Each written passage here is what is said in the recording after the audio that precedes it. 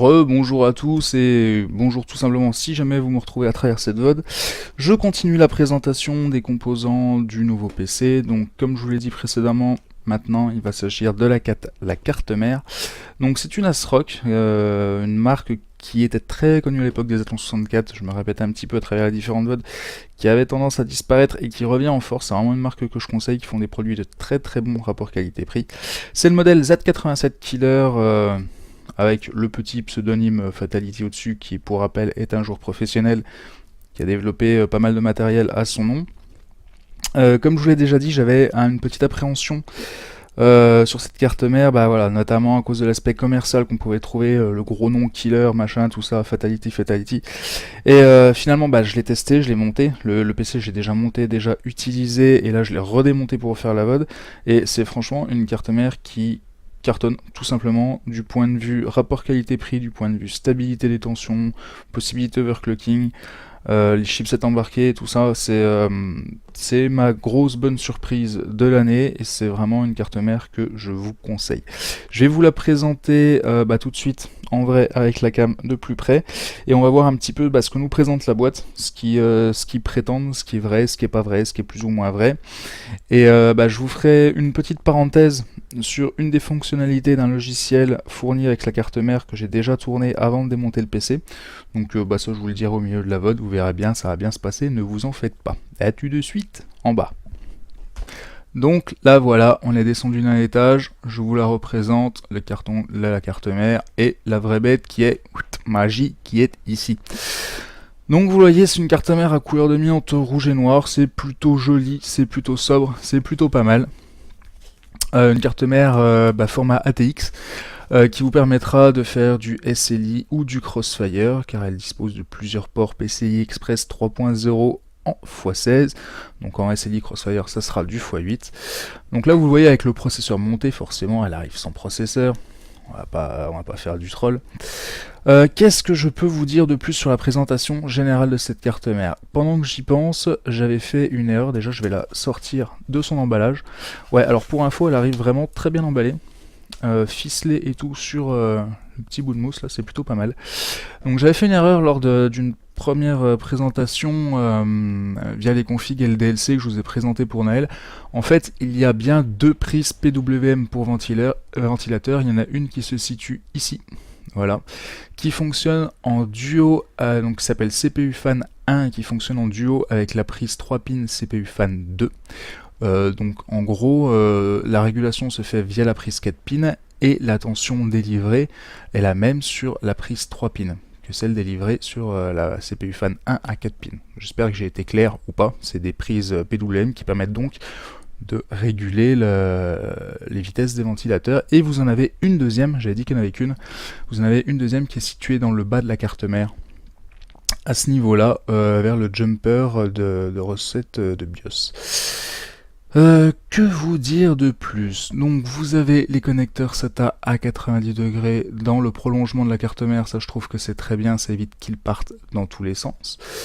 Vous avez l'alimentation CPU 8 pins au-dessus, donc ça c'est très bien, vous avez un joli radiateur marqué Z87 Killer, c'est pas trop kéké tuning, ça passe encore, c'est assez sobre pour refroidir les étages d'alimentation. Pareil, vous avez un petit radiateur en aluminium brossé, Fatality Gaming Gear sur le chipset, bon ça va, ça reste sobre, c'est plutôt pas mal. Quand vous faites du SLI, du Crossfire, afin d'assurer une bonne stabilité, vous avez une prise d'alimentation Molex 4 pins à connecter en plus. Voilà, j'ai présenté à peu près le truc global. Là vous avez 3 prises, 3 pins pour ventilateur.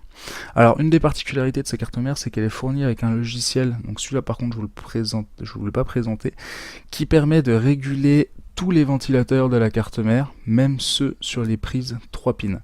Donc ça c'est plutôt pas mal, c'est fourni avec. C'est ASRock qui l'a fait, c'est une version un peu spéciale vu que c'est Fatality, mais tous les trucs ASRock le font.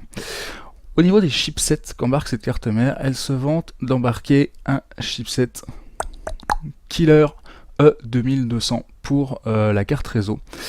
Et ça faisait partie un petit peu des trucs dont j'avais peur du point de vue commercial, et en fait, c'est quelque chose de très très bien. Et je vais voilà, j'en profiter pour vous dire qu'il y a aussi le logiciel Killer Network Manager qui est fourni avec. Et voilà, je vous fais la petite parenthèse sur ce logiciel tout de suite, et on revient juste après sur le reste de la carte mère. Voilà. Ok, donc là en fait je vais vous montrer voilà, à quoi correspond l'application Killer Network Manager. Donc en fait c'est sur... voilà, vous voyez mon écran, en fait je vous ai partagé mon écran. Donc ne vous en faites pas, vous voyez peut-être qu'il y a LOL qui est en train de télécharger. Je ne joue pas à LOL. Non, je plaisante, un petit troll. Non, mais de toute façon je joue pas à LOL, c'est juste pour tester un truc pour un pote. Donc concrètement, voilà en quoi consiste le logiciel Killer Network Manager. Donc vous avez, quand vous le lancez, vous avez quatre icônes. Donc la première chose à faire, c'est aller sur réseau et vous faites tester votre vitesse de connexion. Donc là, comme je vous le disais, j'ai une connexion vraiment pourrie. Voilà, j'ai la DSL de merde. J'ai 0,8 en upload, 6 en download. Ensuite, vous cochez activer le contrôle de la bande passante. Et une fois ça connecté, donc le test de vitesse, ça se fait via SpeedNet. Il y a un petit lien qui enchaîne via SpeedNet dedans. Une fois que vous avez fait tout ça, vous pouvez avoir les informations du réseau. Voilà. Vous pouvez, à travers les applications, en fait, lister toutes les applications, tous les services lancés en cochant, bien sûr, afficher toutes les applications en bas. Et vous voyez toutes les applications qui sont lancées sur votre ordinateur avec une barre d'upload et une barre de download. Et vous voyez notamment, alors déjà, déjà je vais le bloquer, parce que c'est de la merde.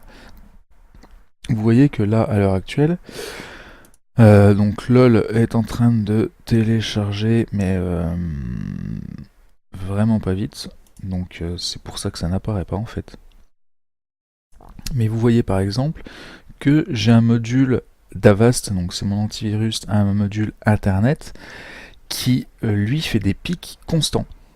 Voilà, parce qu'en fait il analyse les pages internet sur lesquelles je suis, via Google ou via n'importe quelle connexion internet, il analyse tout ce qui se passe. Et c'est ce genre de connexion en fait que vous allez pouvoir définir, brider, lui administrer une bande passante maximale, définir à combien vous voulez qu'il télécharge au maximum ou qu'il upload au maximum. Et ça, ça va vous permettre petit à petit de réguler un petit peu, c'est comme une autoroute si vous voulez sur votre carte réseau, ça va vous permettre de réguler un petit peu les arrivées et les sorties de votre carte réseau, donc notamment si vous avez une connexion pas exceptionnelle, mais même dans le cas d'une connexion à fibre, quand vous avez beaucoup de services qui sont en route et tout ça, ça peut influencer pas mal en jeu, notamment sur le ping, et ça peut faire un petit peu des freezes, ce qu'on appelle des spikes. Et ça peut être dû à ce genre de soucis au niveau de la carte réseau, un petit peu comme un gros échangeur autoroutier où tout le monde arrive en période de vacances, et voilà, il y a là en fait Killer Network Manager, il fait office du policier qui régule un petit peu tout ça et qui permet de fluidifier le trafic. Donc ça c'est un exemple parmi tant d'autres concrets qui s'appliquent à moi personnellement en fonction de mes applications. Vous pouvez les trier par priorité, par téléchargement, par chargement. Vous pouvez attribuer directement des priorités de service, donc très élevées, normales, machin, tout ça.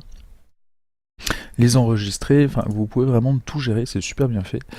Et on faisait un dernier truc là, c'est un peu pour c'est l'occupation en pourcentage, et voilà, vous pouvez faire des graphiques, regarder un petit peu ce qui se passe, tester un petit peu tout votre réseau.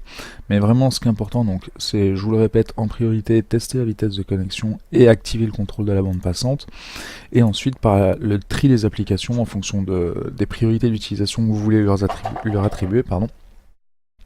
Donc vous pouvez choisir là, et vous pouvez aussi définir vous-même à la hauteur voulue grâce au petit curseur sur les côtés les limites de bande passante attribuées pour tel ou tel service, telle application, et ça c'est vraiment pas mal. Voilà.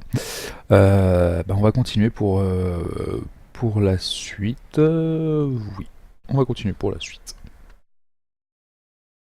Et ben on est de retour, donc on continue, on reprend la carte mère, elle est ici, vous voyez ensuite en dessous une petite puce, chipset son marqué Purity Sound, donc c'est du Realtek, c'est du chipset on va dire standard, mais celui-ci est amélioré dans le sens où il possède, alors vous ne le verrez jamais, il faut me croire sur parole, un DAC pour les prises audio en façade, un DAC Texas Instruments, donc un DAC c'est Digital to Analogic Converter, avec un amplificateur qui peut driver des casques jusqu'à 600 ohms, donc là on arrive dans la qualité audio, je l'ai testé et ça a vraiment rien à voir avec n'importe quelle autre prise, ce son de n'importe quelle autre carte mère en façade, et de toute façon pour le tester c'est simple, vous branchez votre casque en façade, vous le branchez à l'arrière de la carte mère et vous vous rendez compte de la différence, puisque ce DAC ne profite qu'à la prise façade.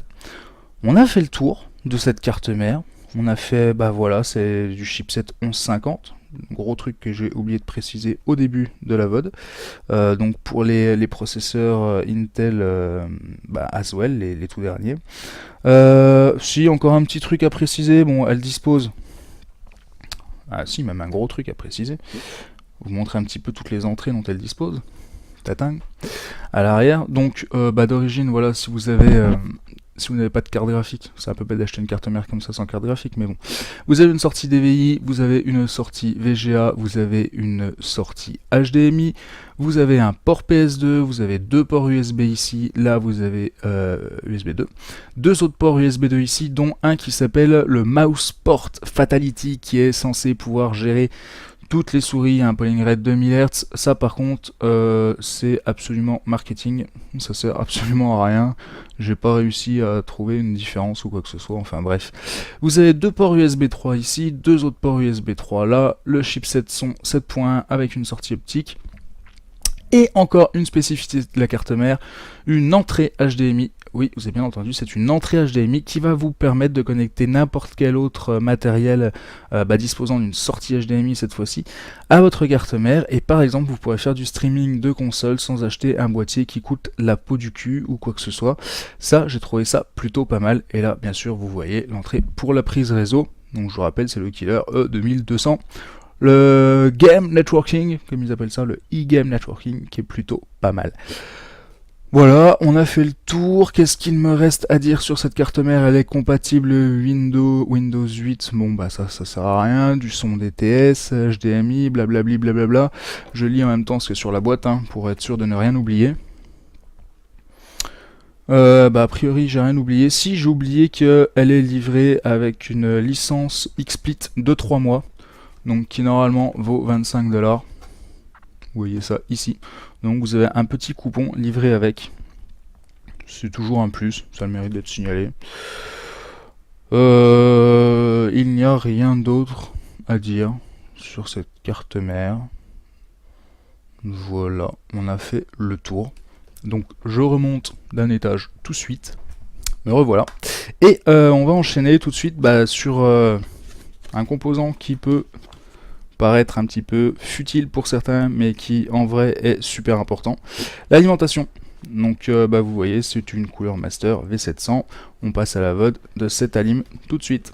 Ciao, c'est dans son micro.